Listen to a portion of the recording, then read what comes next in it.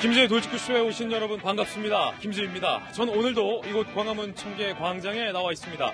이 며칠간 이른 아침부터 후덥지근한 날씨였는데 오늘은 왠지 상당히 시원한 기분 좋은 바람이 불고 있습니다. 본격적인 장마가 소강국면으로 접어들면서 다시 좀 기분 좋은 시원한 날씨가 아침 저녁으로는 찾아오고 한낮에는 더운 전형적인 초여름 날씨가 예상되어 있다는 날씨 소식부터 여러분께 전해드리겠습니다. 남북미 세 국가의 정상이 판문점에서 만나서 좋은 분위기를 연출하고 있는 가운데 어제 군의 레이더에 수상한 비행 물체가 북에서 남한 상공을 이른바 침투하는 모습이 레이더에 포착돼서 군이 비상에 걸렸습니다. 이 레이더에 잡힌 이 미확인 물체의 정체는 과연 무엇이었을까요? 무엇이었길래 군이 전투기까지 출격시켰던 걸까요? 잠시 후에 그 정체 공개하겠습니다. 저는 비가 오나 눈이 오나 매일 아침 이곳에서 여러분을 기다리겠습니다. 김지의 돌직구쇼 지금 라이브로 시작합니다. 잠깐만요.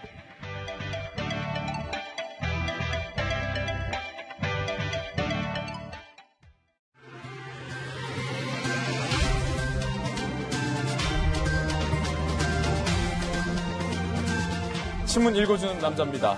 벌써부터 낮에는 여름 무더위가 계속되고 있습니다. 저 멀리 유럽에서는 45도에 육박하는 무더위가 찾아와서 유럽 시민들 고통받고 있는데 남일 같지 않습니다. 올 여름, 지난해 무더웠던 여름보다 더 덥다는 예보입니다. 이제 걱정은 전기요금입니다. 동아일보입니다. 정부가 올 여름에 이 무더위를 대비해서 에어컨 좀 실컷 틀라고 각 가정당 전기요금 10,000원 가까이 할인해주겠다라고 발표를 했는데 우리 동아일보 취재 결과 한전의 막대한 손실을 우려한 한전 이사회 측이 이 손실을 메우려고 전기료를 사실상 인상하려는 준비를 하고 있는 것으로 확인이 됐습니다. 한국전력의 전기요금 체계 개편안 내용 동아일보가 입수했는데 크게 세 가지입니다. 예컨대 구간별로 전기 사용량에 따라서 전기요금을 측정해 매기는데 가장 전기를 덜 쓰는 1단계 사용자에게는 월 4,000원 할인되던 제도가 이제 폐지가 됩니다. 한전 이사회가 배임 혐의로 한전이 기소될 수 있다, 고발당할 수 있다라는 것을 우려하고 있었는데 이 4,000원 할인제를 없애기로 했다는 겁니다. 1단계 사용자, 혼자 사는 1인 가구나 저소득층이 사실상 지금보다 전기료를 더 내게 생길 전망입니다. 그리고 일률적 전기료 누진제도 개편 방향이 좀 나왔는데요. 여름철에는 요금을 인하해주지만 여름철이 아닌 다른 계절, 봄, 가을, 겨울에는 오히려 요금을 인상할 가능성이 대두되면서 이 전반적으로는 전기요금이 오를 것이다. 세 번째, 원가 이하 요금 체계도 전반적으로 손보겠다. 전기요금 자체 원가를 올리겠다. 결국 문제는 이 경제적 부담, 전기요금 부담 다 우리 서민들에게 전가된다는 점입니다. 전기요금 깎아준다고 해서 좋아했는데 오히려 더 내게 생겼다라는 비평도 나오고 있습니다. 다음 신문입니다. 이번엔 조선일보입니다. 한일 관계 이거 심상치 않다 했는데 일본이 기습적으로 한국 산업에 급소를 찔렀습니다. 조선일보는 이거 일본의 명실관히 보복이다. 우리 정부의 강제징용 배상 판결에 대한 일본의 보복이다. 이렇게 썼습니다.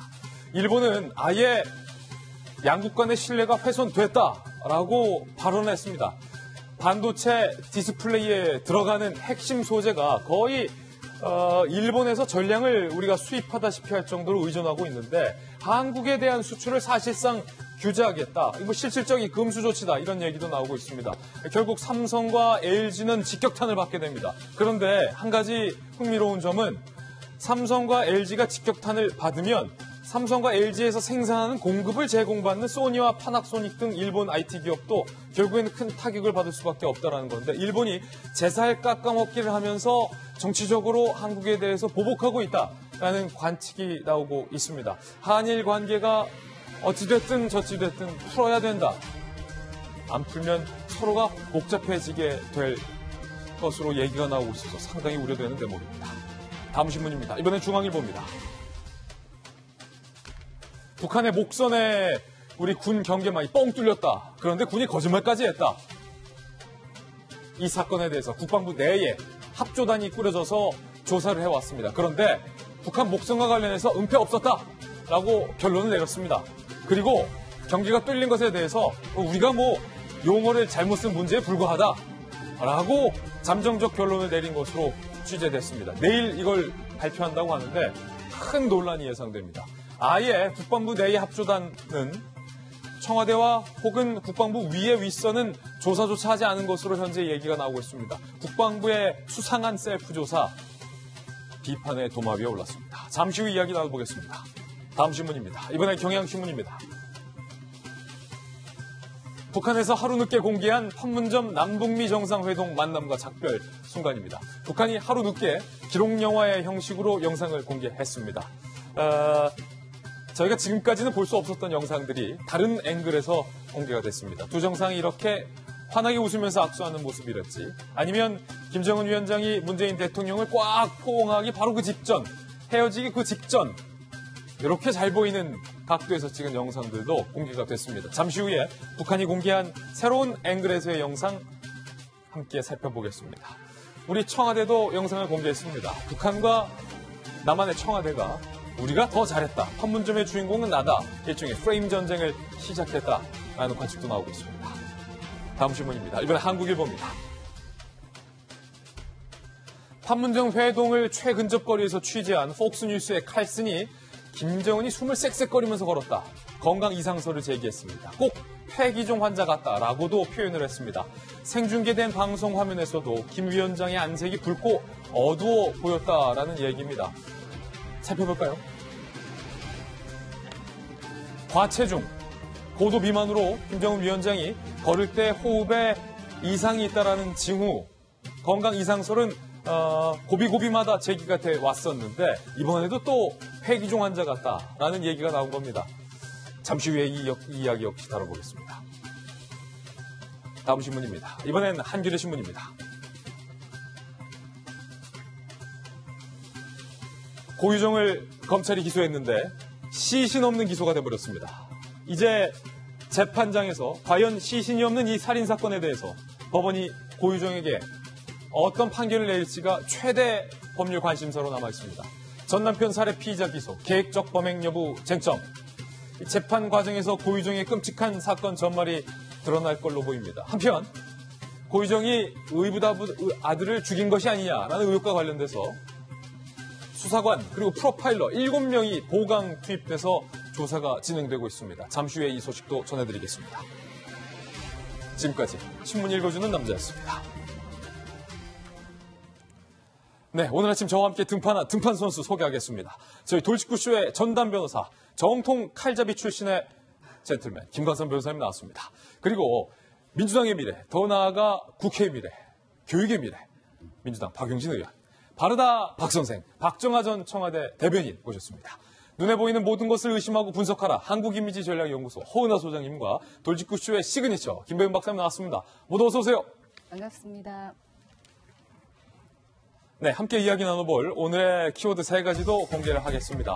첫 번째 키워드는 나야나, 주인공은 나야나. 남한과 북한 각자 영상을 공개했습니다. 주인공은 누굴까요? 두 번째 키워드는 시신 없는 살인사건, 결국 법정으로 갑니다. 세 번째 키워드는 셀프 면죄부입니다. 어떤 이야기인지 하나하나씩 상세하게 전해드리겠습니다. 김지혜 돌직구쇼, 오늘의 탑뉴스로 시작합니다.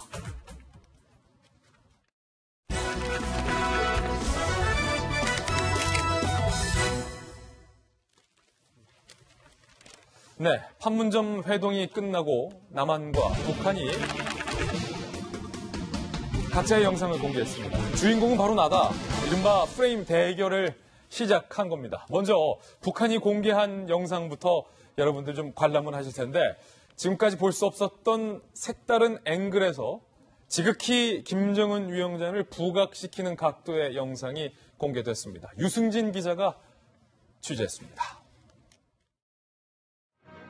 북한이 보도한 16분 분량의 판문점 북미회담 기록영화입니다.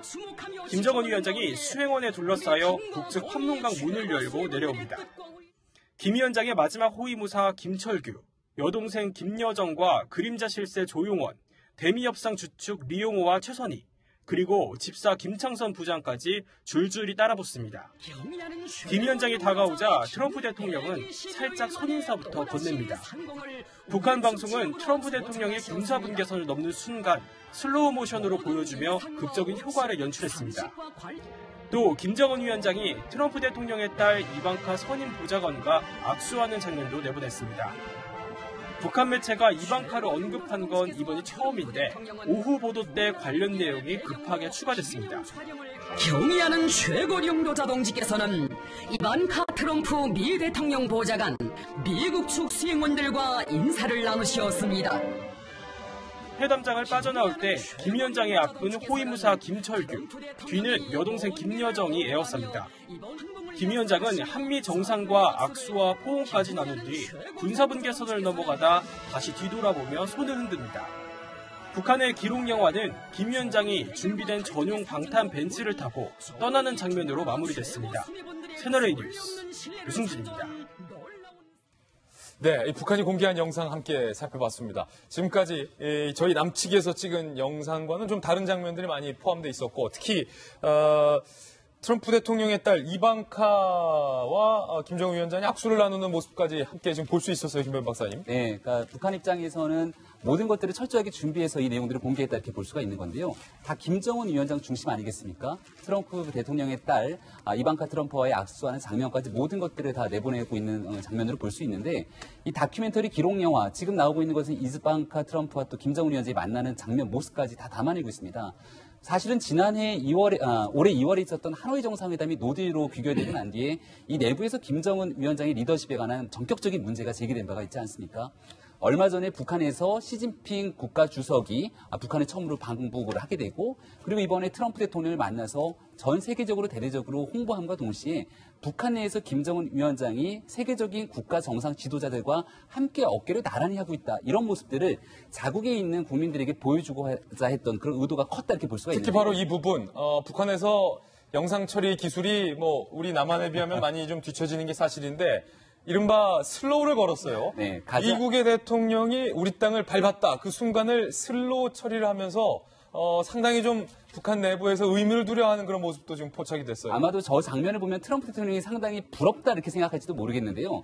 트럼프 대통령이 한때 이 북한에 있는 리춘희 아나운서를 보고 스카웃 얘기까지 내부적으로 하다가 호된 망신을 당한 적이 있습니다. 아마 이 다큐 영상을 보면서 그래, 이 정도로 대대적으로 홍보를 해야지라고 생각했을지도 모르겠는데, 트럼프 대통령 입장에서는 자신의 재선에서 도움이 될 수 있을 만한 쇼 이벤트를 연출했다고 생각했을 것이고요. 김정은 위원장은 트럼프 대통령이 역사상 처음으로 미국의 대통령이 북한 땅을 밟게 만듦으로 인해서 본인의 외교적인 성과를 자랑하고 싶었을 겁니다.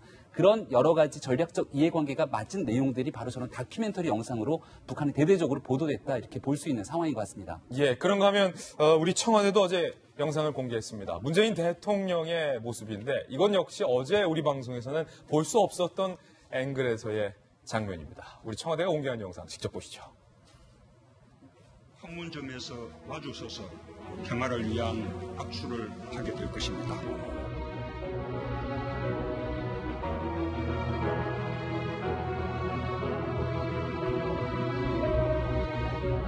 평화는 분쟁보다 더 많은 용기를 필요로 합니다.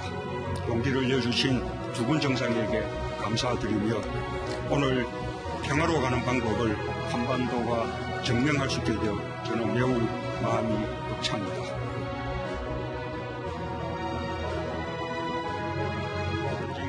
판문점에서 마주서서. 자, 지금 박용진 의원님 청와대가 공개한 영상인데, 네. 문재인 대통령이 남북미 정상 이 세 사람과의 만남에서 좀 소외된 건 아니냐, 야당에서 이런 문제 제기를 한 것에 대한 어쩌면 청와대 답변일 수도 있겠어요. 우리 소외 안 됐다, 있었다. 아무래도 청와대에서 홍보팀에서는 당연히 메인이 문재인 대통령이죠. 지그시 하늘을 쳐다보면서 흐뭇해하는 저 표정, 여러 가지가 담겨 있어요. 그 정치인이면 있잖아요. 그 트럼프 대통령이든 김정은 위원장이든 우리 문재인 대통령, 하다못해 저까지도요. 이 카메라 앵글 돌아가는 맨 가운데 어디쯤 서 있어야 가장 잘 나오는지 너무너무 잘 압니다. 본능적으로 한다. 예, 여러분 흔히 농담삼아 국회 상임위원회 회의 때요. 여야가 죽으라고 싸우면 되는 거 아니에요. 단 카메라가 돌아가고 있을 때. 카메라가 돌아갈 때만. 카메라가 철수하고 나면 그다음부터는 밥 먹고 올까? 이런다는 거 아니에요. 꼭 그렇지는 않은데 어쨌든 카메라를 의식하는 정치인은 거의 본능에 가깝습니다. 그런데 어제 문재인 대통령은요. 그제 문재인 대통령은 그렇게 안 했어요. 카메라 앵글이 어디로 집중될지를 다 뻔히 알면서도 오히려 그 장만 마련하고 청와대와 모든 우리 정부의 모든 그 라인을 다 가동해서 안전하고 가장 신속하게 두 정상의 만남이 이루어질 수 있도록 도와만 주고요. 문재인 대통령은 그저 이렇게 처음 만날 때 한번 악수하고 그 다음에 끝나고 나서 배웅하면서 이걸로 거의 다 마쳤습니다. 왜 그랬을까를 본인이 이미 얘기를 했어요. 정상회담 이후에 공동 기자회견을 하면서 오늘은 북미 간의 대화에 집중하는 날, 남북 간의 대화는 차후에 다시 도모. 그러나 오늘 이 자리가 그동안 막혀 있었던 하노이 노딜 이후에 새로운 출발점이 될 거라고 하는 건 본인이 이미 얘기를 했기 때문에 저것은 이른바 패싱당했다, 혹은 무시당했다, 혹은 방관자다, 혹은 구경꾼을 전락했다, 이런 비판과는 전혀 관계가 없이요. 본인이 연출하고 기획한 대로 이렇게 해준 겁니다. 여러분, 오늘 우리는 이 스튜디오 안에서 이렇게 쭉 6명이 앉아 있습니다. 여기 진행은 김진 기자가 하고 있습니다. 그러나 우리 돌직구 쇼가요, 우리들끼리만 돌아가는 게 아닙니다. 지금 저 부조에서 여러 그 작가, 또 PD, 또 CP 이런 분들이 그냥 정말 숨막히게 카메라 킥을 돌아가게 하고 또 우리 앞에는 카메라 감독님들이 다 계시잖아요. 이런 분들이 계시기 때문에 저희들이 앉아서 이야기를 나누고 우리 시청자 여러분들한테 좋은 이야기를 전달해 드릴 수 있습니다. 마찬가지입니다. 이번에 대한민국의 대통령, 문재인 대통령은 바로 지금 그 역할을 했고요. 그 덕분에 북한하고 이란하고는 서로 폭격을 하느냐 마느냐 이러고 있는 마당인데 미국하고 북한하고는 지금 다시 화기애애하게 대화를 시도할 수 있는 그 스타트 선상에는 서 있습니다. 천만다행이라고 생각하고요. 괜히 또 야당이 이걸 가지고 뭐 패싱당했냐 방관자냐 이렇게 얘기하는데 그러지 마시고 이번엔 좀 이렇게 따뜻하게 함께 대한민국의 미래 한반도 평화를 위해서 같이 힘을 모았으면 고맙겠습니다. 문재인 대통령이 트럼프 대통령과 이렇게 귓속말로 얘기를 나누는 장면도 공개가 됐습니다. 미국 정상과 한국 정상이 긴밀하게 소통을 하고 있다라는 의미를 좀 부각한 것으로 보이는데요. 영상도 만나보시죠.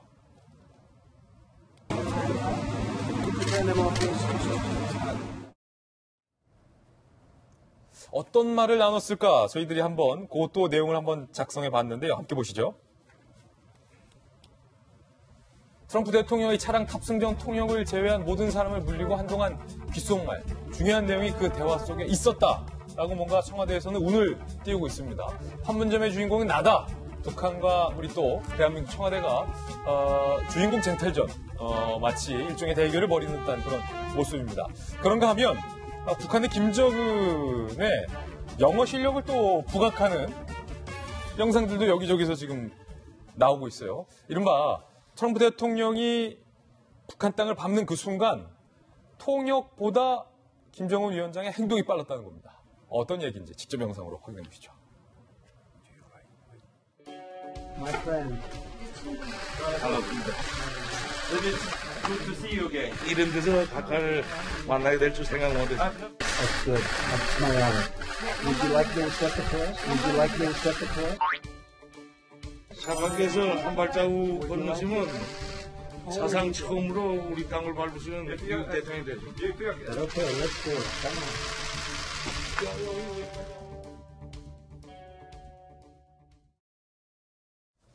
확실히 내가 넘어가도 될까요? 라는 말을 김정은 위원장이 영어로 먼저 알아들은 것 같아요. 번역, 통역보다 먼저 손을 딱 이렇게 했는데 지난 2월 2일에도 트럼프 대통령의 이른바 이 영어를 김 위원장이 통역보다 먼저 알아들은 것 같은 순간이 다시 한번 회자가 되고 있습니다. 그 영상도 한번 살펴보시죠. I think that your country has tremendous economic potential, unbelievable, unlimited. And I think that you will have a tremendous future with your country, a great leader. And I look forward to watching it happen and helping it to happen. 지금 미묘한 표정의 변화가 좋은 말 하고 있어 라는 알아듣는 듯한 표정이에요. 허은하 소장님, 이미지 전문가시니까 어떻게 보십니까? 사실 스위스에서 어렸을 적에 이제 영어권 국가에서 생활해왔던 김정은이기 때문에 간단한 영어 정도는 아마 다 알아듣고 얘기를 하지 않을까. 근데 공식석상에서는 아무래도 꼭 이제 통역사를 두고서 여태까지 그쵸. 해왔는데 지금 몇 가지 포인트들 아마도 다 알아듣는 것 같다. 뭐 사실은 저희가 더 잘할 거라고 기대를 했었죠. 근데 기대만큼은 아닌 거죠. 기대만큼은 못한다. 기대만큼은 못하는데 그래도 외국에서 공부를 하고 왔더니 영어를 알아듣기는 하는구나 정도이지 않을까 싶습니다. 사실 저희도 영어 공부 많이 해서 듣는 건 좀 하잖아요. 근데 말로 하는 게 좀 어렵고 또한 외교적인 부분에 있어서는 다 알아들어도 통역이 함께 이제 이야기를 해주는 것이 더 안전하기 때문에 지금까지 그렇게 해왔던 것이 아닌가 싶고요. 기본적인 영상에서 우리가 프레임 전쟁이란 말씀을 아까 하셨는데 누구나 다 정치인이라면 자신이 영웅화되는 것을 바랄 텐데 기본적으로 북한에서는 저희가 좀 주목해야 될 점이 있는 것 같아요. 아까 기자도 멘트를 했는데 갑작스럽게 이방카의 사진을 넣었다라는 얘기를 했고요. 그리고 또 우리나라 청와대에서 보여줬던 영상은 조금 다른 면이 있었고 또 어저께 백악관에서 올렸던 마지막 마무리 장면에 대해서의 그 우리 트럼프를 보여주는 모습은 또 완전히 달랐어요. 그러니까 각각의 나라의 기본적인 그 정상들을 영웅화시키는 부분에서 왜 북한에서 이방카의 사진을 갑자기 넣었을까에 대한 것을 저는 좀 집중하고 싶어요. 그만큼 그 성향이 둘이 되게 많이 비슷하잖아요. 예전에 우리 문재인 대통령하고 만났을 때는 김 위원장이 넘어오시겠습니까? 라고 했지만 이번에 뭐 트럼프 대통령은 내가 넘어가도 되겠습니까? 라는 얘기를 할 정도로 서로 성향이 비슷해요. 근데 그런 성향이 비슷한 저 미국 대통령이 누구를 중요시 여기는지를 김정은 위원장이 아는 겁니다. 이방카를 얼마나 아끼고 얼마나 키우고 싶어 하는지에 대한 마음을 읽은 거라고나 할까요? 사실 일본에서도요. 아베 정상이 이방카를 어떻게 대했는지를 한번 좀 생각해 봐야 될 것 같아요. 자리도 자기 가운데 앉혀가지고요. 트럼프와 아베 가운데 앉혔던 그 사진 때문에 사실 많은 문제가 됐었는데 아베도 아는 겁니다. 트럼프에게 이방카가 어떤 존재인지. 근데 우리나라에서 의전할 때는 사실 이방카에 대한 존재감이 조금 아쉬웠다라는 생각은 들고요. 그래서 둘의 성향에 대한 비슷함 그리고 영어에 대한 것은 사실은 우리가 기대했던 것보다는 조금 수준이 떨어지는 것 같지만 그래도 영어는 좀 하는구나라는 정도. 근데 그것을 이렇게 영웅화시킬 정도로 북한에서는 자랑하고 싶은 것이 상당히 많은 것 같다라는 좀 생각이 들고 또한 각 나라의 정상이 누구를 중요시 여기는지 그 사람에 대한 배려와 의전을 어떻게 해야 되는지도 한번 좀 생각해 봐야 되는 영상이 아닌가 싶습니다. 예, 박정아 대변인 조금 전에 트럼프 대통령이 카메라 꺼달라고 얘기를 하고 뭐 통역사들까지 자리를 비워달라고 하고 귓속말로 얘기했다. 청와대 관계자가 아마 중요한 얘기를 하는 것 같다라고도 지금 기자들한테 했는데 보통 대통령들 간에 이런 순간이 좀 있습니까? 있습니다. 저게 굉장히 그 정상외교의 백미, 묘미 아주 중요한 부분이라고 말씀드릴 수 있는데요. 그러니까 정상회담을 보통 하게 되면은 확대 정상회담하고 단독 정상회담하고 시청자 여러분도 기억하시겠지만 꼭 우리 기사들 보면 뒤에 뭐 독대를 10분 했다, 20분 했다 뭐 이런 얘기들이 있거든요. 사실은 그때 중요한 얘기들이 많이 돌아요. 근데 그때 주로 어떤 얘기가 사실은 도냐면 저도 사실은 뭐 들은 적이 있습니다만 그 얘기 전할 수가 없는 상황인데 거의 그 회담을 같이 했던 지도자로서 상대방에 대한 평가, 직관, 느낌 뭐 이런 것들을 전해줍니다. 그러니까 그 이번에도 그랬지만은 에어버스 1이 떠나고 난 다음에 폼페이오 국무장관이 강경화 우리 외교장관한테 회담 내용에 대해 주요한 것은 다 브리핑을 했다고 지금 보도되고 있잖아요. 그러니까 그 회담에서 오고 갔던 일상적인 대화에 대한 것은 다 전달이 그런 식으로 됩니다. 뭐 예컨대 내가 지금 만났는데 뭐 거짓말하고 있는 것 같은데 혹은 이번에 뭐가 좀 될 것 같은데 그렇죠. 그런 얘기를 하는 거죠. 그렇죠. 그러니까 대화 내용에서 기록이 남고 이거는 사실은 20년 후에 30년 후에 어떤 식으로든 공개가 됩니다. 근데 공개가 되지 않는 내가 김정은 위원장 얘기해봤더니 이런 것 같아 난 느꼈어요. 뭐 지금 보면 잘 될 것 같아요. 아니면 이것까지는 사실인 것 같고 이건 굉장히 은밀한 얘기들이 저기서 사실은 교류가 됩니다. 정상끼리. 아마 그래서 그 트럼프 대통령이 굉장히 감각이 저기 정신 없는 상황에서도 카메라 비춰달라고 얘기하고 정리하는 거 보니까 역시 오랫동안 방송했던 게 이제 몸에 배웠던 것 같은데요. 저기서 굉장히 중요한 얘기들. 그러니까 제가 추측컨대는 트럼프 대통령이 김정은 위원장을 한 50분간 만나면서 느꼈던 본인이 느꼈던 직관적인 느낌 뭐 이런 것들을 아마 그 문재인 대통령에게 전해주지 않았나 이런 생각이 듭니다. 아주 중요한 얘기가 오고 갔을 거라고 추측이 돼요. 과연 어떤 얘기가 오고 갔는지 상당히 좀 궁금해지는 대목입니다. 그런가 하면 또 새롭게 공개된 영상이 있는데 뭐랄까요. 정치적인 이슈를 배제하고 참 흐뭇한 장면 중에 하나인데 북한의 경호원, 남한의 경호원 갑작스럽게 만난 이 정상들 아수라장 뒤죽박죽 섞인 그 경호 의전 속에서 북한 경호원의 뒤를 우리 남한 경호원이 살짝 좀 이렇게 치는, 쳤다고 하기보다는 살짝 접촉하는 일인데 깜짝 놀란 북한 경호원이 뒤돌아보는 장면이 포착이 됐습니다. 함께 보시죠. 자, 우리 경호원이 지금 앞에 있고 뒤에서 북한 경호원이 살짝 치니까 앞쪽에 있는 우리 경호원이 너구나 라고 좀 반갑게 턱 치니 오하고 그리고 손을 꽉 잡는 네. 지금 이 영상도 지금 공개가 됐단 말이에요. 김강산 변호사님. 사실은 뭐 저 경호원들 둘이서 과거에 만나 봤겠습니까? 저기서 아마 처음 봤을 건데 상당히 지금 뭐랄까 신경이 곤두서 있는 그런 경호와 의전의 어떤 아수라장 아닙니까? 근데 제가 이제 트럼프 대통령과 문재인 대통령, 그리고 이제 트럼프 대통령, 문재인 대통령, 김정은 위원장, 만나는 장면이 사실은 세계에서 가장 역사적인 장면이라고 할 수 있는 거죠. 그런데 저는 오히려 저 장면을 보면서 오히려 굉장히 감명을 받았어요. 감명받았다. 그러니까 약간 가슴이 좀 찌릿하더라고요. 예. 그래서 이제 우리가 사실은 어떠한 행사를, 큰 이벤트를 하게 되면 주연이 있어요. 그리고 조연이 있어요. 근데 주연과 조연까지는 다 스포트라이트를 받죠. 하지만 그 밑에서 일하는 수많은 사람들, 특히 이제 저 주연과 조연을 위한 경호원이라는 임무는 엄청난 거거든요. 그러면 가장 중요한 임무를 하고 있는 거예요. 그런데 지금 아마 제가 볼 때는 적어도 지금 3번째니까 1차, 2차, 3차 때 다 봤을 거예요. 이미 만났을 거다. 그렇죠. 그러면 거기에 대한 굉장히 반가움. 하지만 경호원이기 때문에 대화를 나눌 수 없고 서로 자기만의 시간을 가질 수 없어요. 근데 거기에 대한 안타까움이 있지만 눈빛으로 얘기할 수 있고 조금 작지만 어떤 스킨십을 통해서 할 수 있는 것 자체가 저는 굉장히 울림을 줬다고 봅니다. 예, 많은 말이 있겠지만 손 꽉! 이걸로 그렇죠. 정말 다 했다. 거의 엄청난 함식적 의미가 들어있는 거죠. 그래서 저는 어제 좀 늦게 저 영상을 봤는데 굉장히 감명이 깊었고 마음의 울림이 굉장히 많았다. 그런 느낌을 지금도 간직하고 있어요. 예. 대통령 경호하면 사실은 그냥 일상적으로 경호원들이 쭉 배치가 된다고 생각하시지만은 사실은 겹겹이 여러 단계가 있습니다. 그래서 지금 인사했던 남북 간의 경호원들은 그 대통령 주변에 있는 근접 경호라고 표현하는데 몇 명 되지 않는 아주 소수 정예의 요원들일 거예요. 그러니까 저 사람들은 이미 3차례 정상회담을 하면서 이미 눈에 익었던 그런 사람들이에요. 예. 사실은 저거 아니고 미국과 다른 얼굴 모르는 경호원들끼리 저렇게 근접으로 붙었다면 그 안에서 엄청난 사실은 몸싸움이 있습니다. 몸싸움과 견제와 그리고 취재 기자들과도 또 겹쳐서 몸싸움이 많은데 저렇게 되면 이미 그 사이에 근접 경호하는 친구들끼리 자기들끼리 이미 여러 번 겪었기 때문에 알고 서로 간에 눈치를 줬던 거 아니에요? 예.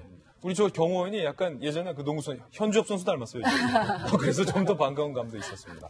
경호원들끼리의 어떤 그런 스킨십까지 공개된 영상들 이모저모 전해드렸습니다. 이번엔 저희가 준비한 다음 순서입니다. 시신 없이 법정으로 가게 된 살인사건, 고의정 사건에 대해서 검찰이 결국 법원으로 고의정을 넘겼습니다. 그런데 아직도 시신이 발견되지 않고 있다는 겁니다. 이제 법적 쟁점, 법적 공방만이 남았습니다. 시신 없이 기소, 계획범행 입증 자신, 검찰은 살인, 사체 손괴, 은닉 혐의로 구속 기소한 상황. 경찰은 극단적인 인명 경시 살인으로 혐의 입증에는 전혀 문제가 없다. 시신은 없지만 혐의를 입증하는 데 있어서는 지금 자신감을 경찰이 현재 보이고 있는 상황입니다. 그런데 일각에서는 시신 없는 살인 사건과 관련돼서 과연 센 형량이 나올 수 있느냐라는 궁금증도 제기가 되고 있습니다. 시신이 없기 때문에 범행 도구가 주요 증거로 지금 제출된 상황. 범행 청소도구 구입 내역, 범행 전후 수면 유도제, 성폭행 미수 처벌 등을 검색했던 내역, 피해자 DNA가 발견된 흉기 등등 증거물 89점이 현재 법원에 제출이 됐습니다. 김도현 박사님, 이게 걱정되는 게 이게 살인사건과 관련된 경우, 그리고 이 범인이 나는 우발적이다라고 강하게 주장을 하고 있는 경우에는 결정적인 증거로 시신이 나와야 이 범인이 이 시신을 어떻게 훼손을 하고 어떻게 살인을 저질렀는지가 과학적으로 명백하게 지금 증거가 드러났는데 현재 애석하게 지금 시신이 없어요. 그러니까 시신 없는 살인 사건으로 재판을 받아야 되기 때문에 정말 우리가 상식적으로 납득할 수 없는 이 살인 사건에 대해서 이러한 최대의 형량이 나올 수 있겠는가라고 걱정하시는 분들도 일부 있는 것 같습니다. 경찰 입장에서는 지금 가지고 있는 명확한 증거, 89점에 달한다고 하는 범행 증거 속에서 고의정의 DNA가 확보됐기 때문에 혐의 입증에는 전혀 문제가 없다, 이렇게 자신감을 피력하고 있는 상황인데요. 또 그러는 과정 속에서 경찰에서는 경찰의 초동 수사에 문제가 있었기 때문에 결국은 시신을 찾을 수 없었던 것이 아닌가라고 해서 경찰의 초동 수사에 문제점을 제기하고 경찰을 오히려 조사하겠다고 얘기를 하고 있습니다. 과거에 우리가 2015년도의 사건을 기억해보면 화성에서 일어났던 살인사건이 있는데 그 당시에도 결국 끝끝내 시신을 발견하지 못했습니다. 당시 육절기 살인사건이라고 불렸던 그 사건이 있는데요. 화성 살인사건. 그 사건에서도 최종적으로 시신은 발견하지 못했지만 여기에 나와 있는 여러 가지 DNA 검출이라든지 사용됐던 흉기 등을 이 재판에서 중요한 증거로 채택했고 결국은 무기징역이 선고가 됐거든요. 그러니까 따라서 경찰이 지금 얘기하고 있는 것처럼 시신을 찾지 못했기 때문에 사체 유기에 대한 혐의는 결과적으로 제기하지 못했습니다. 그럼에도 불구하고 나와 있는 여러 가지 간접 증거라든지 이런 정황 증거들을 바탕으로 충분히 입증할 수 있다고는 얘기하고 있으나 그럼에도 불구하고 경찰이 초동 수사에 대한 국민적 문제 제기는 당연히 가능할 수 있는 터라 최종적으로 재판은 재판대로 잘 이끌어야 되고 초동 수사에 문제가 없는지에 대한 이 경찰의 과정들도 같이 함께 따져 물어야 될 대목들이 있는 것 같습니다. 김광선 변호사님, 중형을 피하는 건 아니냐 사실은 국민적인 걱정이기도 해요. 실제로 뭐 김배민 박사님 무기징역까지 나왔던 사례에 대해 소개를 해주었는데 실제로 어떻습니까 법원에서? 시신이 없는 사건이 이제 그 가끔 무죄가 나오는 경우도 있어요. 근데 그래요? 그 무죄가 나오는 경우는 대부분이 일단 살해에 대한 범행을 부인하죠. 예. 그렇지만 고유정은 살해한 거 인정하잖아요. 그 경위에 대해서만 부인하고 있고 그리고 시신이 없기 때문에 직접적인 증거가 없고 무죄가 나오는 경우에 세 번째는 그런 사건은 전부 다 간접 증거만 있어요.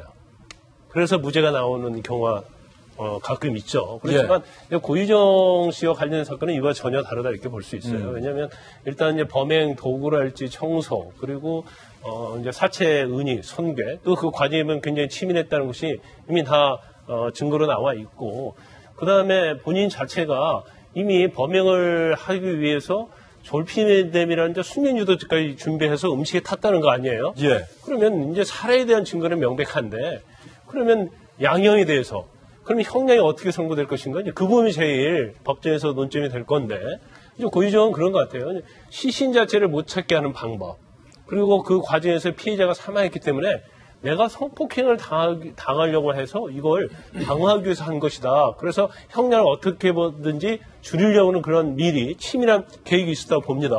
그런데 상대방이 성폭행할 것까지 예상을 해서 인터넷 들어가서 성폭행 처벌이라는 걸 찾아봅니까? 미수 처벌을? 그런 부분이랄지. 앞뒤가 맞는다. 그렇죠. 수면유도제를 먹였다랄지 이런 걸 보면 본인의 어떠한 그 흔적 자체. 그러니까 지금 본인은 뭐 그걸 방어하기 위해 하다가 뭐 그 손에 상처를 입었고 가슴이랄지 팔에 상처 입었다고 주장하지만 그 자체는 지금 검사 결과에 의하면은 그건 공격은 또는 자해라고 지금 검찰은 판단하고 있단 말이에요. 만약에 그 상대방이 나에게 폭행을 하려고 하면 거기에 대해서 방어를 하면 이 상처가 방어흔이 돼야 하는 거예요. 근데 그것은 얼마든지 국가수에서 판별할 수 있기 때문에 제가 개인적으로 볼 때는 시신이 없더라도 그렇죠. 시신이 없더라도 당연히 유죄가 선고가 되고 본인이 저렇게 자기의 우발적 범행 성폭행을 당하지 않기 위해서 방어를 하다가 이렇게 된 것이라고 주장 자체는 법정에서 저는 받아들이지 않을 거라고 봐요. 그러면 법정의 최고형이 선고될 수밖에 없다. 왜냐하면 다른 사례와 좀 다뤄야 돼요. 왜냐하면 본인 자체가 범행 과정이랄지 범행 이유 과정 또 수사기관 조사할 때도 계속 진술을 거부한단 말이에요. 그렇다면 무기징역? 저는 제가 판사라고 하면 무기징역 사형은 선고되는 게 마땅하다는 생각을 합니다. 예. 그런데 고유정은 수사당국이 시신을 못 찾는 것을 알고 거기에 기대를 걸고 있는 것 같습니다. 고유정은 계속해서 진술을 거부하고 있습니다. 검찰이 계속 설득을 하는 거예요. 어르고 달래보고도 하는 거예요. 진술하는 것이 피해자에 대한 도리를 다하는 것이다 라고 하자 고유정이 이렇게 진술하는 것이 확인이 됐어요. 기억이 파편화돼 일체의 진술을 할 수가 없다. 야, 이게 참 평상시에는 쓰지 않는 용어들을 고유정이 검찰한테 하고 있어요. 허나 소장님, 기억이 파편화돼 일체의 진술을 할 수 없다.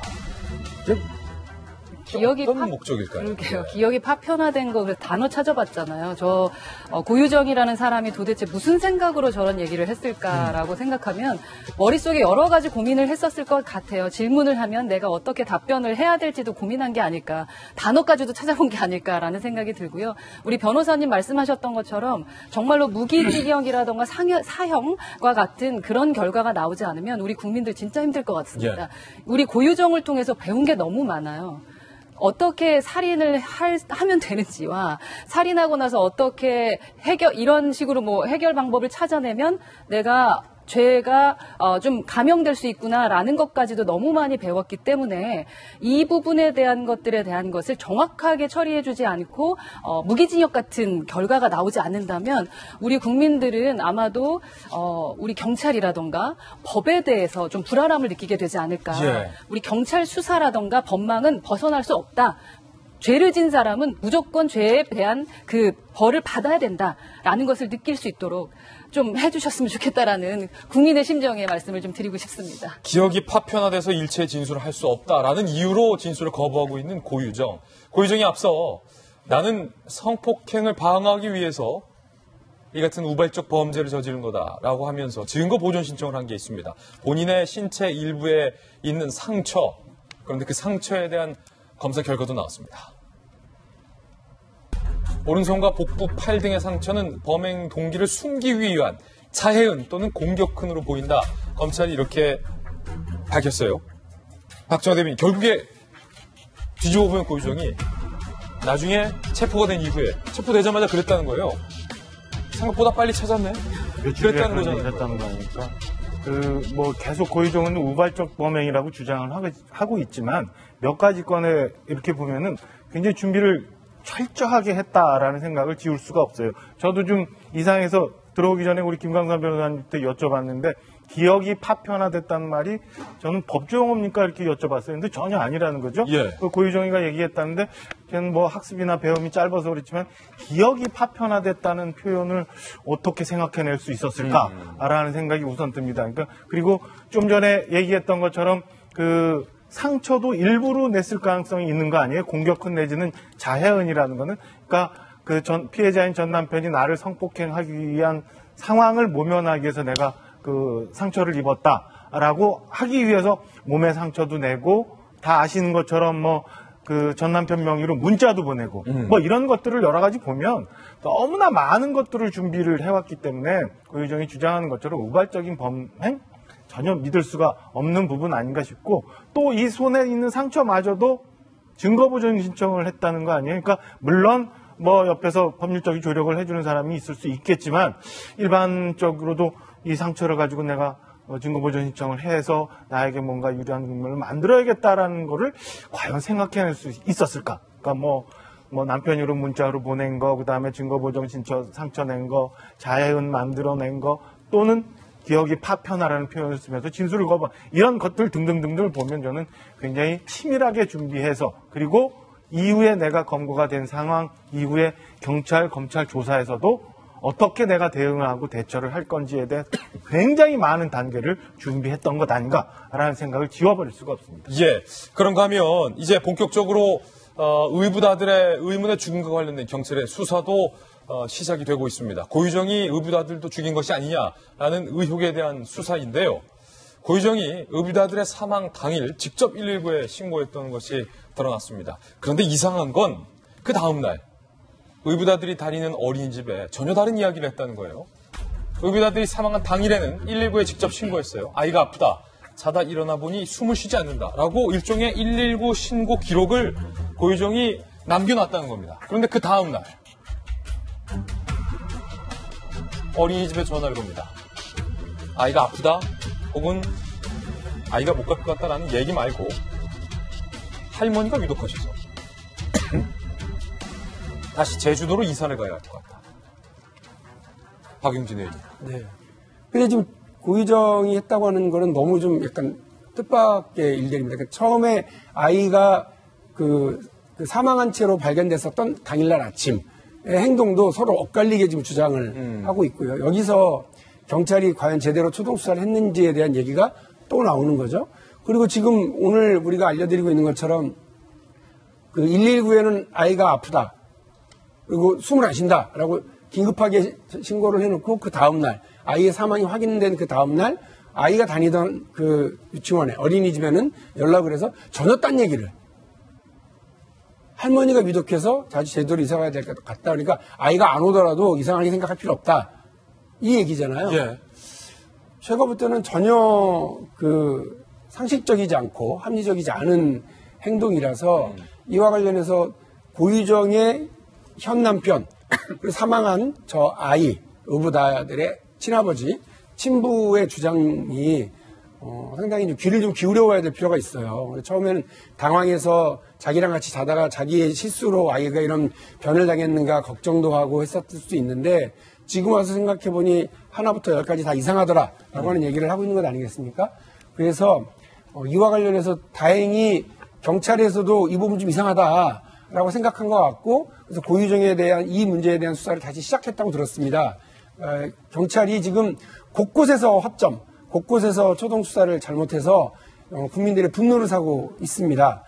이번 일만큼은 좀 제대로 짚어보고 제대로 확인해서 아이의 죽음이 혹여나 은폐되는 억울한 죽음이 되지 않도록 경찰에서 좀 제대로 수사하고 확인을 좀 했으면 좋겠습니다. 예. 두 번째 이슈 고유정과 관련된 이야기 전해드렸습니다. 이번엔 저희가 준비한 세 번째 이슈입니다. 이 북한의 목선과 관련돼서 군이 셀프 면죄부를 준비하고 있는 것으로 알려져서 논란이 일고 있습니다. 군 내부에 조사단이 꾸려졌는데 조사해보니까 축소 은폐 아니다라고 결론을 내린 겁니다. 그런데 정작 군 수뇌부와 청와대 관계자에 대한 조사는 이루어지지 않은 것으로 얘기가 전해오고 있어서 논란이 되고 있습니다. 이 셀프 면죄부 이야기를 하기 전에 목선에 놀란 국방부가 어제 국경을 넘어온 이것 때문에 가슴을 다시 한번 쓸어내렸는데요. 이것의 정체는 무엇일까요? 세대. 목선에 놀란 군 세대의 전투기 출격. 어제 오후 3시 10분 합참이 발표했어요. 강원 중부정선 DMZ 일대에서 레이더에 정체불명의 항적이 포착돼서 확인 중이다. 이 합참 발표 때문에 국방부 기자실에 어제 이거 북한의 무인기가 아니냐라는 얘기가 지금 나왔어요. 만약에 무인기라면 판문점에서 압수하고 포옹하고 할 거 다 해놓고 몰래 무인기를 내려보낸 얘기가 되기 때문에 북선에 이어서 지금 전혀 남북관계에 큰 영향을 줄 수 있는 긴장감마저 국방부 기자실에 돌았는데 정체불명의 비행체의 정체 오후 1시 10분 오후 4시까지 포착됐다 사라지기를 반복해서 굉장히 신출귀몰한 북한의 무인기가 아니더냐. 군 내부에서 이런 우려를 갖고 있었다는 거예요. 군이 그래서 즉각 F-16, KF-16 등 전투기를 대거 출격시켰습니다. 그래서 확인해본 결과 다행히 세 대. 얘들이 앉았다 나갔다. 그래서 레이더에 잡혔다 안 잡혔다. 완전 세 대. 전투기 우리 조종사들이 직접 두 눈으로 확인하니까 그래도 세 대. 다 세 대예요. 다행입니다. 사실은 이 육군에서 해안 레이더 부대에서 육군 병장으로 만기 제대한 그래서 레이더에 상당히 강한 면모를 보이고 있는 레이더 박 선생님, 예. 박용진 의원님. 여러 차례 주특기를 말려내는 취사병. 취사병. 일단 말씀을 드렸습니다만 제가 육군에서 받은 주특기는 번호도 얘기하면 안 되죠. 어쨌든 육군 레이더 운영병입니다. 예. 그래서 사실은 제가 이 사건 터지고 나서 말도 안 돼.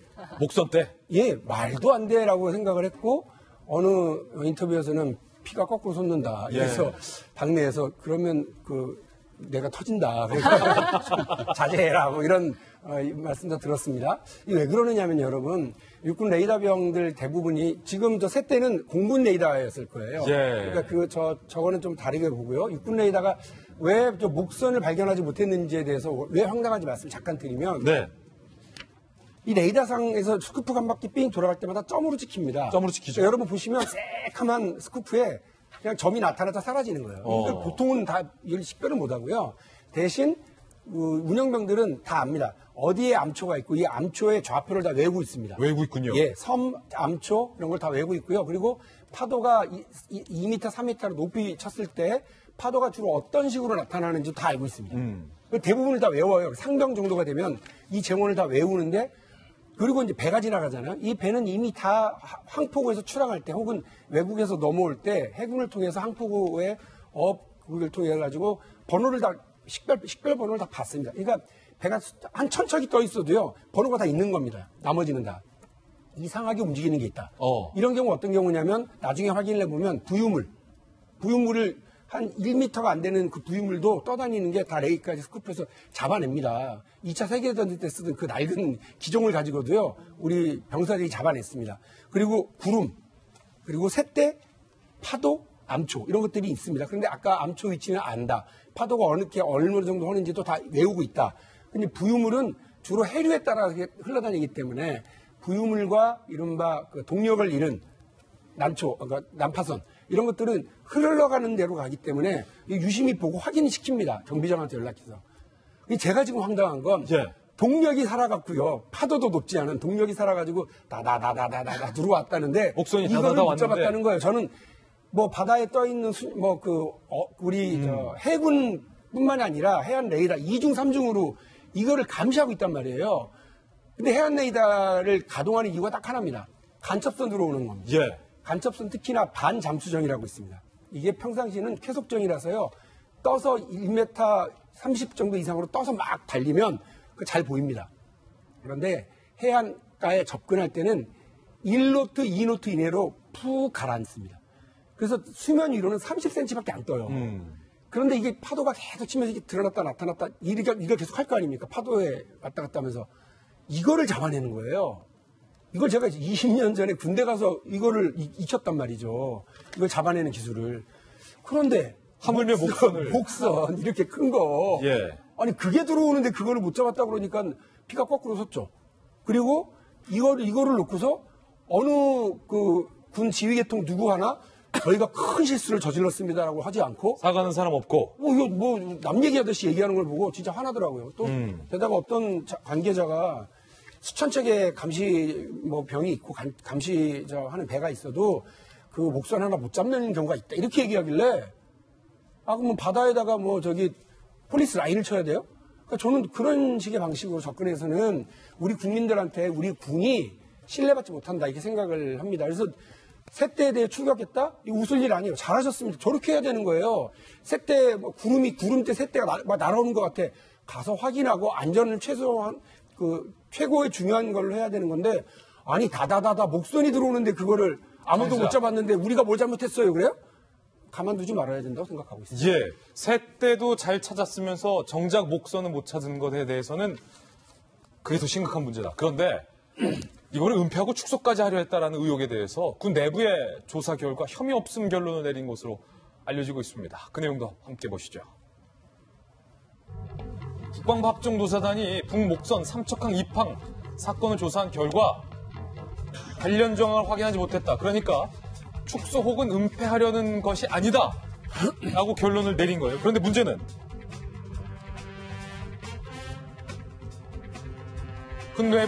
군 수뇌부 혹은 청와대 관련해서 전혀 조사를 하지 않았다는 거예요. 그리고 그저 용어 사용이 부적절했다라는 게 군 내부의 조사 결론인 것으로 확인됐습니다.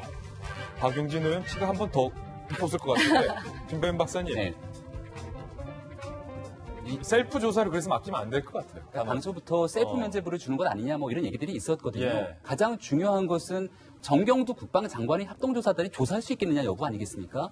그리고 청와대 핵심 관계자들도 여기에 같이 연루돼서 결국은 국방부가 발표하는데 청와대가 개입된 것이 아니냐. 그리고 발표하는 과정에 보면 삼척한 인근이라는 표현을 쓰고 있는 상황을 우리가 충분히 봤고요. 표류 중에 발견됐다라고 얘기를 하고 있는데 이 모든 것들이 사실과 다르게 허위나 축소를 통해서 국민에게 잘못된 지시를 알리려고 했던 측면이 있다면 이걸 조사해야 되는 건데 결국 군의 합동조사단의 조사만으로는 불가능하다는 것들이 여실히 좀 밝혀지고 있는 상황인 것 같고요. 그렇기 때문에 지금 국회가 나선 것 같습니다. 국회에서 이 내용을 국정조사해야 된다. 이게 지금 자유한국당이 하고 있는 얘기가 아니라 바른미래당이 얘기를 하고 있는 상황이고요. 자유한국당도 당연히 여기에 발을 맞춰서 동조하고 나설 것이고 국회 정상화되고 있는 과정 속에서 이게 가장 중요한 핵심키로 떠오를 수밖에 없는데 만약에 이 국방부의 합동조사단에서 제대로 된 조사 결과를 발표했으면은 야당의 이런 주장이 조금 무색할 수 있습니다. 하지만 국민들이 의심을 갖고 박용진 의원이 잘못했다고 얘기하고 있는 내용에 대해서 사실관계가 드러나지 못했다라면 결국 그 공이 국회로 넘어갈 수밖에 없게 된 형국이 아닌가 이런 생각이 듭니다. 분명히 박정화 대변인 지금 군이 스스로의 어떤 의혹과 관련돼서 전혀 조사도 제대로 하지 않고 있는 것으로 보이기 때문에 이거는 방법이 없어요. 외부에서 조사하는 수밖에 없어요. 당초부터 얘기했지만 사실은 이 정도 사안이면은 저는 청와대가 분명히 개입했다고 보고요. 개입해야 또 마땅하다고 봅니다. 왜냐하면 이렇게 중요한 건에 대해서 청와대가 전혀 우리는 모른다라고 얘기하는 건 말이 안 되는 거거든요. 그래서 당초부터 국방부 자체 합동조사단의 조사가 이루어질 때 이래서는 안 될 거다라고 얘기했는데 당장 지금 보면은 청와대는 합동조사단 조사의 대상이 아니다. 그리고 그 정경주 장관이나 합참 의장에 대해서는 조사했는지 우리는 잘 모르겠다. 이런 식의 얘기가 나오는데 군이 아직도 부끄러운 것을 모르고 있는 것 같아요. 그냥 이런 정도의 사안이면 솔직하게 모든 걸 다 내놔야 그 다음에 대응 대책이 나올 수 있는 건데 그걸 아직도 못하는 군이라면 지금이라도 김병민 박사 얘기했던 것처럼 그다음에 야당 일각에서 주장하는 것처럼 국정조사라도 해서 전체 상황이 나와야 우리가 그 다음에는 다시는 이런 실수를 반복하지 않나 거 아닌가라는 생각이 들거든요. 여러 가지 정황상 보면 고민정 대변인이 안보실이 소홀했던 점이 있었다. 그 다음에 기자회견장에 안보실 행정관이 등장했다. 국민소통 수석마저도 이런 거는 알려주면 안 됐었는데라고 표현하는 것들을 보면 청와대가 개입했으니까 이 건에 대해서 다 일목요연하게 정리를 해서 국민들한테 소상히 발표하고 앞으로는 없다고 이런 일이 없을 거라고 다짐을 하는 게 맞지 않나라는 생각이 듭니다. 아직도 부끄러운 점을 몰라요. 사실은 좀 전에 세때 얘기했지만 세때 일상적으로 늘 있어야 되는 일인데 그걸 왜 브리핑을 해요? 브리핑을 한 것 자체가 웃기는 거 아닌가 싶은 생각이 듭니다. 국정조사건과 관련해서 야당에서 제기하고 있는데요. 제 걱정은 그런 겁니다. 실제로 이런 일이 벌어지면 국회에 대응하는 상임위가 있어요. 국방위원회가 있습니다. 국방위원회에서 합참의장, 그다음에 해군 참모총장 다 불러다가요. 어쩌다 이런 일이 벌어졌는지 매우 이렇게 매우 쳐야죠. 표현을 어떻게 해야 될까 하다가 매우 이 부분에 대해서 강하게 질책을 했어야 된다고 저는 보는데 국회가 그동안 놀았어요. 제대로 못했어요. 그때 야당이 안 돌아서 못했습니다. 그런데 야당이 지금 주장하는 게 뭐냐면 국정조사부터 하자예요. 저는 그건 좀 잘못됐다고 생각을 합니다. 왜냐하면 국정조사하면 청와대부터 불러다가 청와대 개입했지 어떻게 했지 이러면서 정쟁만 하려고 그러지 마시고요. 국민이 불안한 경제 실패에 대해서 국방위원회에서 제대로 좀 하고 여기서 만일에 더 문제가 좀 확인이 되면 그때서 얘기를 하는 거지 국정조사부터 얘기하고 당연히 해야 할 의무방어전인 국회 국방위원회에서의 역할은 안 하고 일단 정쟁부터 하자, 국정조사부터 하자라고 얘기하는 건 저 설득력 떨어진다고 봅니다. 야당이 일단 국정조사에 앞서서 국방위원회, 상임위에서 적극적인 활동을 해야 된다고 생각합니다. 목숨과 관련된 다양한 이야기 들어봤습니다. 이번엔 저희가 준비한 다음 순서입니다. 취재수첩 Y가 준비되어 있습니다. 오늘은 과연 어떤 사건이 준비되어 있을지 저와 함께 이동하시죠.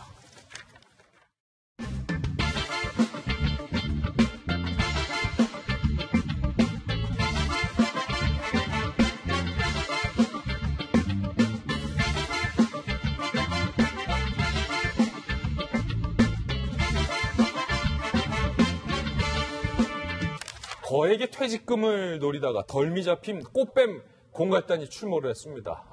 이 꽃뱀의 규모, 공갈단의 규모가 지금까지와는 좀 다릅니다. 함께 보시죠. 올 초 성인 오락실을 찾은 55세의 A씨가 안면을 튼 B씨에게 솔깃한 얘기를 합니다. 야, 내가 10년간 알고 지내온 한 선배가 있는데 지금 그 선배가 말이야 거액의 정년 퇴직금을 지금 고스란히 보관 중이야. 솔깃한 정보를 입수합니다. A씨는 범행을 구상하기 시작합니다. 선수들을 모아요. 꽃뱀 역할의 20대 여성 D씨, 가짜 남편 역할의 40대 남성 E씨를 섭외합니다. 이들은요, 완벽한 범죄를 위해서 2주간 합숙 훈련까지 가진 것으로 경찰 조사 결과 확인됐어요. 무슨 꽃뱀이 합숙까지 해요? 총책 A씨 구상 시나리오는 이렇습니다. 큰 그림이죠. 꽃뱀이 접근한다. 한 여성을 소개해서 잠자리를 유도한다. 남편인 척 현장을 급습한다. 그리고 모아둔 퇴직금을 갈취한다. 총책 A의 지휘 아래 선배 회유 역의 B씨와 꽃뱀 역의 D씨, 가짜 남편 E씨가 2주 동안 역할 분담 연습까지 하게 됩니다. 지난 5월 10일 각본대로 행동을 개시합니다. 선배 회유 역 B씨가 선배, 퇴직 후 심심할 텐데, 제가 예쁜 아가씨가 있는데, 한번 좀 그냥 편하게 만나보시면 어떠세요? 라고 얘기를 하죠. 그러자 선배 C씨가 꽃뱀 역할을 맡고 있는 D 양과 첫 번째 잠자리를 갖고 두 번째 잠자리 때 현장을 급습하는 이가 있으니 바로 가짜 남편 역 이 씨. 당신 부인에게 알리겠다라고 협박을 하기 시작합니다. 결국 이 선배 가짜 남편에게 현금 6천만 원의 합의금을, 아유 이거 피 같은 퇴직금인데 합의금을 건넸습니다. 총책 A씨 등 역할에 따라서 너는 1,000만 원, 너는 2,500만 원씩 서로 역할 분배를 했습니다. 돈까지 나눠 가졌다는 거죠. 첩보를 입수한 경찰은요, 총책 A씨 등 3명을 공동강금 및 공동공갈 혐의로 구속을 했는데 여기서 가짜 남편 역할을 했던 이 씨가 현재 행방이 묘연한 상태라 경찰이 쫓고 있는 상황입니다. 아니 오 교수님, 여러 가지 경찰 사건들에 대해서 연구를 해보셨으니까 꽃뱀 이 사기단이 합숙훈련까지 하는 경우는 전 처음인 것 같은데. 네, 이제 합숙훈련을 한 것으로 알려진 것은 처음인데 아마 좀 했을 겁니다. 근데 이제 이게 역사도 반복이 되듯이 범죄도 매번 이 똑같은 것들이 반복이 돼요. 그래서 이제 이번 같은 경우는 이제 그렇지 않습니까? 이제 자기가, 그 퇴직금을 많이 가지고 있는데 자기 주위 사람들한테 자랑을 한 거죠. 그러니까 이제 이분은 통상 사기 범죄 같은 경우는 이제 우리가 피해자 유책성이라 그러는데 피해자가 책임이 있는 그런 경우가 적지 않단 말이죠. 예. 그래서 이제 몇 가지 유책성이 있는데 첫 번째는 10년 동안 후배라고 사귀었는데 사람 잘못 보고 사귄 것이고요. 잘못 보고 사귀었다. 네. 두 번째는 돈 있다고 자랑을 했기 때문에 보안이 누설된 거예요. 그리고 이제 세 번째는 20대 후반 여성을 한번 만나보라고 제의를 하니까 아마 이런 심리를 가졌을 겁니다. 야, 20대 여성이 나한테 호감을 가져? 야, 그럼 내가 퇴직을 했지만 아직 안 죽었구나. 라고 하는, 네, 그런 착각을 했을 가능성이 크고요. 세 가지가 다 착각이다. 착각이죠. 그래서 그것이 이제 피해자 유책성인데 그렇게 해가지고 이제 만나보라고 제의를 했는데 이분이 또 부인도 있고 가정이 있는 분이에요. 아하. 그런데 이제 그 부적절하고 잘못된 결정적인 선택을 하게 됩니다. 근데 이제 이 두 번째, 첫 번째 만약에 저런 잠자리를 했을 때 들이닥쳤으면 의심을 했을 텐데 두 번째 이제 들이닥치는 거죠. 그러니까 부인하고 가족에게 알리겠다라고 협박을 하니까 이제 그때부터는 하늘이 캄캄해지는 거죠. 캄캄해지죠. 그래서 이제 돈은 이미 준비가 되어 있는 것이고 그래서 이제 6천만 원을 준 것인데 그야말로 이제 말년에 피 같은 돈을 날리고 망신살 뻗치고 그렇게 되면은 세 번째는 건강도 안 좋아질 가능성이 상당히 커요. 예. 그래서 요즘에 많은 분들이 이제 퇴직을 하시고 또 이렇게 거액의 퇴직금을 갖고 있는 경우가 있을 수가 있는데 내가 이거 가지고 있다라고 남에게 얘기를 갖다 하는 순간 그것이 이미 자기 돈이 아닐 가능성이 크고요. 이거는 이제 얘기하지 마라. 입 밖에도 꺼내지 마라. 입 밖에도 꺼내지 말고 이거는 결코 이 프로를 보시고 저게 남의 일이구나라고 생각을 하실 수가 있는데 본인이 정말 예. 본인의 처신을 잘못하시면 이게 남의 일이 아닐 가능성도 상당히 높습니다. 예, 제 주변에 이제 친한 형님들도 이번에 막 은퇴하신 형님들이 계세요. 그러면 이제 퇴직금, 잘하느래 그 형님들. 나 이번에 퇴직금 얼마 받았는데 와이프는 몰라. 그래서 내가 통장에 갖고 있어. 그러다가 이제 이런 거 당하는 거예요. 와이프한테 다 이실직고하고 넘겨라. 이거 아니겠어요? 어른들은 그런 말씀 많이 하시죠. 절대 돈 자랑하지 마라고. 돈 자랑하면 결국 그게 결과가 좋지 않습니다. 근데 저는 이와 비슷한 사건을 최근에 한 적이 있어요. 그래요? 그래서 피해자 측이 전문직이었는데 똑같이 여자를 소개를 시켜줍니다. 전문직도 당한다? 그래서 물론 이제 법적은 아니었어요. 그래서 성관계를 맺게 하고 한 2, 3회 정도 한 다음에 그때부터 협박을 하는 거죠. 그래서 주위 사람들한테 다 알리겠다. 그리고 부인에게 알리겠다. 그런 식으로 해서 거금 한 2억 정도를 지킨 사례가 있어서 2억이나. 그래서 이제 피해자 측을 저는 이제 변호를 했는데 승소했습니까? 네, 고소를 했는데 이제 상대방은 그 부부가 다 구속이 됐죠. 예. 그런데 문제는 어떤 거냐면 이제 피해를 받은 다음에 그 돈을 찾으려고 하면 그 사람들은 돈을 이미 다 써버렸어요. 이미 그래서 써버렸다. 구속됐다 할지라도 사실 합의금 명목으로 돈을 받을 수가 없고 또 민사소송에서 이긴다 할지라도 그 돈은 피해 회복은 할 수가 없습니다. 그래서 그 자체의 어떠한 우리가 보통 작업을 한다고 하잖아요. 그러기에 들어왔을 때 이게 도덕적으로 법적으로 잘못된 거면 거기에 응해서는 안 되는 거죠. 예. 특히 이제 은퇴를 하고 난 그 직후에 이 범행에 타깃이 되는 경우가 많다고 하니까 은퇴를 앞두고 있거나 은퇴한 분들은 각별히 좀 조심을 하셔야겠습니다. 두 가지 사건 두 분과 함께 풀어봤습니다. 감사합니다. 다음 순서입니다. 이번엔 오늘의 하플 시간인데요. 오늘 과연 어떤 분들이 하플 4인방에 선정됐을지 하플 4인방부터 바로 만나보시죠. 이 첫 번째 하플은요, 이거 걱정 많았었는데 태백에 마련된 송중기, 송혜교 커플 동상이 있는 태양의 후예 촬영지, 이거 어떻게 됐을지 후속 기사 들어와 있습니다. 그리고 두 번째는 스파이더맨, 세 번째는 정이다. 그리고 네 번째는 이게 뭡니까? 눈입니까? 우박입니까? 어떤 사연인지 하나하나씩 전해드리겠습니다. 송중기, 송혜교 커플의 파경 소식 이후 태백시가 자체 예산 2억 7천만 원을 들여 복원한 태양의 후예 촬영지 강원도 태백 세트장에 대한 걱정이 많았는데 이거 괜한 기우였던 걸까요? 오히려 방문객이 급증하고 있다는 우픈 효과가 전해지고 있습니다. 파경 소식 이후 첫 주말인 지난달 29일에서 30일, 바로 지난 주말이죠. 이틀간 태백 세트장을 찾은 방문객이 무려 675명. 바로 그 직전. 제가 놀라서 지금 말을 더듬었어요. 방문객 수 420명인 것에 비하면 무려 60%가 파경 소식 이후에 급증을 했다는 겁니다. 태백시 관계자는요. 파경 소식 이후 안타까운 마음에 찾은 사람이 꽤 있는 것 같다 라고 밝혔습니다. 뿐만 아니라 지금은 박물관이 된 송중기가 태어나 살던 대전 집을 찾은 방문객도 부쩍 증가했다는 소식도 들어와 있습니다. 종전 주말보다 30% 이상 많은 500여 명의 팬들이 찾아갔다고 하는데 지금 태백시가 고민했거든요. 이거 접을까 말까? 접을 필요 없을 것 같아요. 그리고 오히려 이들의 이혼 소식에 안타까움과 그리움을 느낀 팬들이 송송 커플의 추억의 장소를 찾고 있다라는 분석이 나오고 있는 겁니다. 한편 태양의 후예에 간호사 역으로 출연한 바 있는 박환희가 전 남편을 맞고소하며 진실 공방을 벌이고 있습니다. 결혼 생활과 외도, 양육비 논란, 거짓말 논란 등에 대해 직접 입장을 밝혔는데요. 결혼 생활 중 전 남편에게 폭행을 당했고 그러다 별거 중 외도를 했다라고 본인의 외도 사실까지 공개를 했어요. 잠깐 외도했지만 나쁜 엄마는 아니었다라고 밝혔는데 외도 사실까지 인정하며 전 남편을 맞고소한 박환희. 양측이 팽팽히 맞서는 가운데 관심이 집중되고 있습니다. 자, 일단은 김병민 박사님, 이 태백시 얘기부터 좀 해보면 태백시가 사실은 고민이 많았어요. 커플 축제, 그다음에 저 태백 세트장, 2억 7천만 원, 송송 커플, 동상, 이거 다 어떡하나? 일단은 그 커플 축제가 벌써 올해가 3회째가 된다 얘기가 나왔는데요. 두 해째 상황이 잘 정리가 됐던 것 같은데 이런 이 파경 소식을 접하게 되니까 이번 축제를 어떻게 할까 고심을 했다고 합니다. 근데 최종적인 결정으로 일단 이번 축제를 하지 않기로 결정을 했다는 거예요. 하지 않기로? 그러다 보니까 이 안타까운 마음에 축제는 하지 않는데 세트장은 그대로 있지 않습니까? 예. 혹여나 태백시가 세트장까지 없애면 어떡하지? 라고 하는 우려 때문에 태양의 후예에 굉장히 애정을 가지고 있었던 팬들이 이 마지막으로 한번 여기를 찾아보는 게 어떻겠냐 이렇게 주말이 좀 온 것이 아닌가 생각이 드는데요. 이거 완전 60%가 넘게 왔다는 거예요. 네, 그러니까 그만큼 관심을 가지고 있고 사실은 저는 그렇습니다. 이 드라마 속에 나왔던 송중기, 송혜교 커플의 굉장히 아름다운 모습은 현실에서 그대로 이어지게 되는 동화 같은 모습이 될 수도 있지만 또 현실은 드라마랑 다른 거잖아요. 그 과거에 좋았던 드라마의 모습 그대로를 기억하고 싶은 사람들도 있을 건데 현실에서 파국을 맞았다고 해서 이 세트장까지 없애야 되는 것인가? 이 세트장에 관한 문제는 이제 태백시가 곧 결정을 한다고 하거든요. 그래서 주말에 이렇게 많은 관객들이 와서 태백시의 태양의 후예 세트장을 찾았던 모습들을 보면서 아마 태백시의 결정에도 영향이 좀 미칠 것 같다는 생각이 들고요. 박한희 씨 등에 대한 모습을 보면서 일각에 있는 많은 사람들이 태양의 후예가 아니라 태양의 후예다 이런 얘기를 하더라고요. 태양의 후예다? 실제로 이 내용들을 바탕으로 너무나 많은 루머들이 확대 재생산되는 게 아닌가라는 생각이 들어요.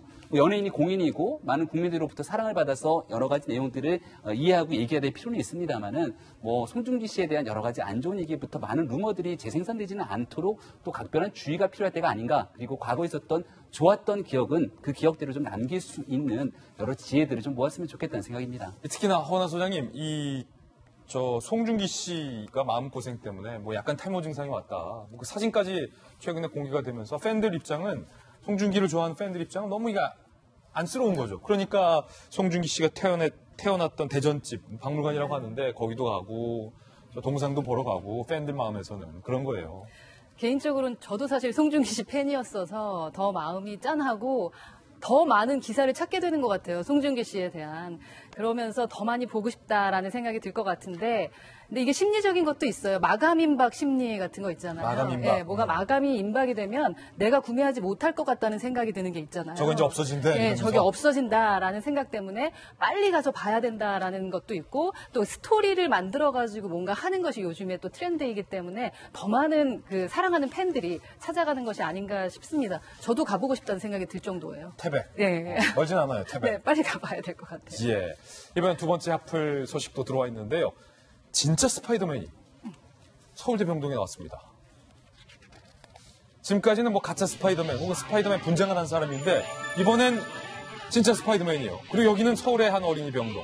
영화 스파이더맨 Far From Home 홍보차 내한한 스파이더맨의 주인공 톰 홀랜드가 어제 서울의 한 대학병원 어린이 병동을 깜짝 방문했습니다. 그것도 영화 속의 그 스파이더맨의 빨간 수트, 일명 쫄쫄이 의상을 입고 나타난 거예요. 공식 일정과 별개로 아픈 아이들을 만나기 위해 어린이 병동을 찾아서 전 병동을 돌며 아이들과 따뜻한 시간을 보냈는데요. 그야말로 최고의 찾아가는 팬 서비스. 스파이더맨을 눈앞에서 본 어린이들이 뛸 듯이 기뻐하며 감격했다는데 그야말로 정의롭고 다정한 진짜 히어로가 우리의 따뜻한 이웃이 된 스파이더맨의 현실화였던 순간입니다. 이 깜짝 이벤트는 톰 홀랜드가 직접 제안해서 성사된 것이라고 해요. 언론사 등에는 미리 알리지 않은 비공개 일정이었다고 하니까 참 이 마음도 착해. 평소에도 아이들에게 관심이 많아서 미국에서도 스파이더맨 복장을 한 채 자주 돌아다닌대요. 어린이들 만나러. 현실에도 진짜 히어로인 톰 홀랜드 직접 목소리로 들어보시죠. You know, this is my third trip to your beautiful country, and I'm so happy to be back. He isn't the finished article, and he's not the perfect superhero. And I think that's what makes him so lovable, is that he's relatable. 역대 가장 Can I take a picture? Can I take a picture? Could we turn the lights off? And then if you guys all do the flash, just for a picture, it'll be really cool, I promise. 감사합니다. Thank you. 네, 감사합니다. 지금까지 이 스파이더맨이 좀 다른 캐릭터예요. 박윤정 의원님, 원래 영화에서도 스파이더맨, 이 친구가 말이 많은 스파이더맨 캐릭터가 나왔는데, 실제 지금 기자회견 하는 거 보니까, 장난꾸러기에 말도 많고 그러네요. 부산해 죽겠는데요? 부산해 죽겠다. 아니, 기자회견을 했으면, 이렇게 기자회견을 마치고, 나머지 자기의 여러 가지, 재능이나, 팬 서비스는 따로 하셔야지, 기자회견 도중에 옆에 사람하고 떠들고 갑자기 마이크를 세워놨다. 저는 그래서 마이크를 이렇게 세우는, 마술 있잖아요. 공중부양? 예. 이런 걸 하려고 그랬는지, 꺼주면 프레시를 터뜨려서 자기 찍는 사진을 남기려고 했다는 것 같은데, 하여간 부산스럽고요. 저는 이제 나이를 먹어서 그런지 쫄쫄이 옷 입고 나타나는 거 별로 이렇게 반갑지 않아요.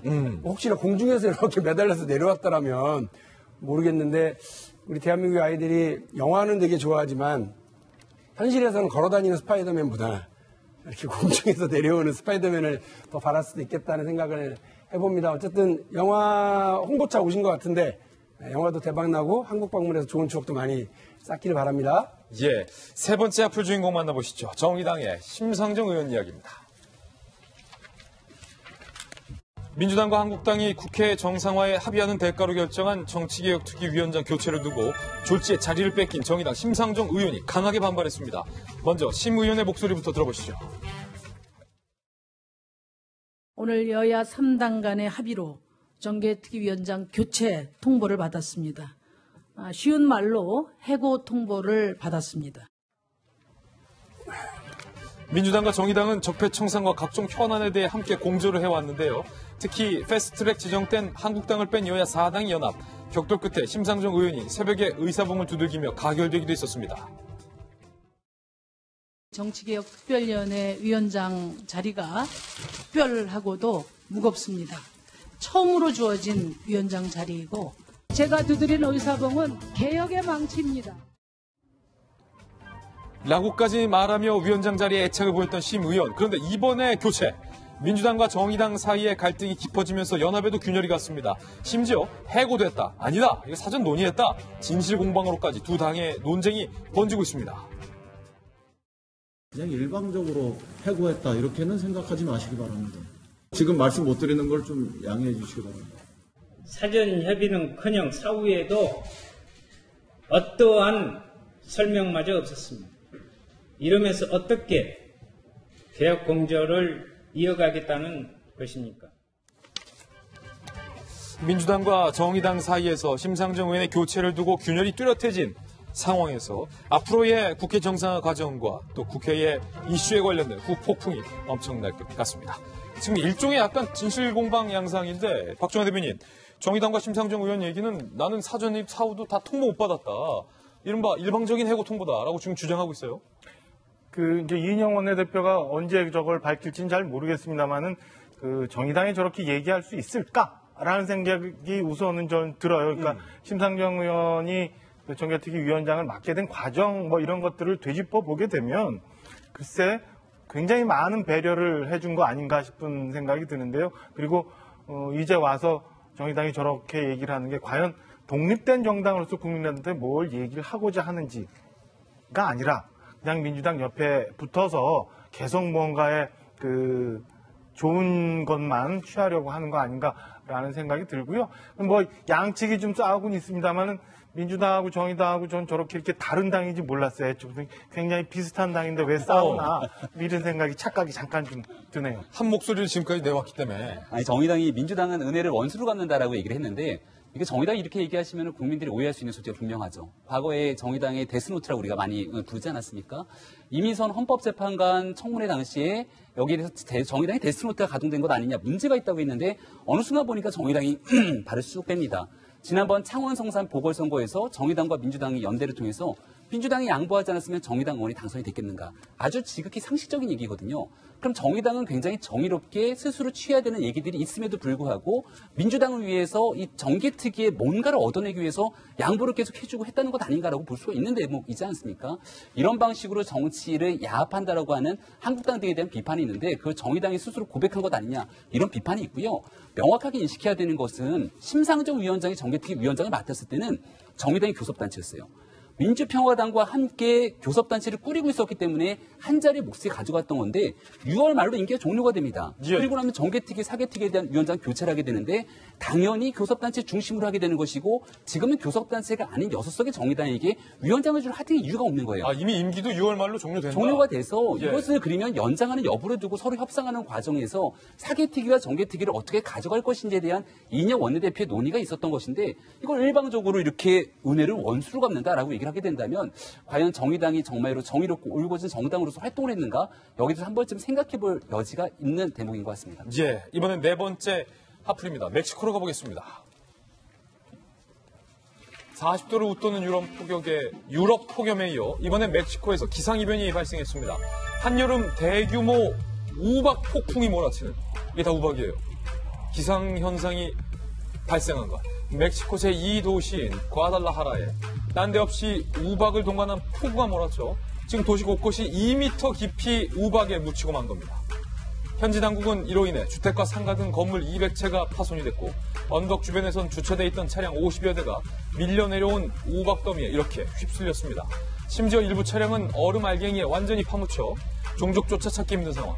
최근 이 지역은 전날까지만 해도 수일째 30도가량의 무더위가 계속됐다고 하는데 난데없이 한여름에 바로 다음 날에 이렇게 우박 폭풍이 불어친 거예요. 아이들은 눈싸움 하겠다, 좋다라고 신이 났다고 하는데 이른 새벽부터 떨어진 우박이 빗물과 함께 얼어붙으며 일대 교통은 마비. 특히 저지대 주민들은 집 안으로 밀려드는 우박 더미를 퍼내고 차량을 이동시키느라 밤잠을 설쳤습니다. 이렇게 한여름에 우박 더미가 쌓인 것은 아주 이례적인 일. 갑작스러운 우박 소동에도 아주 다행히 인명피해는 발생하지 않은 것으로 현재는 알려지고 있는데 또 하나의 섬뜩한 지구의 경고는 아닐런지 걱정이 되는 뉴스입니다. 저희는 60초 후에 힐링 뉴스로 돌아오겠습니다. 잠시 후 저와 함께 힐링하시죠.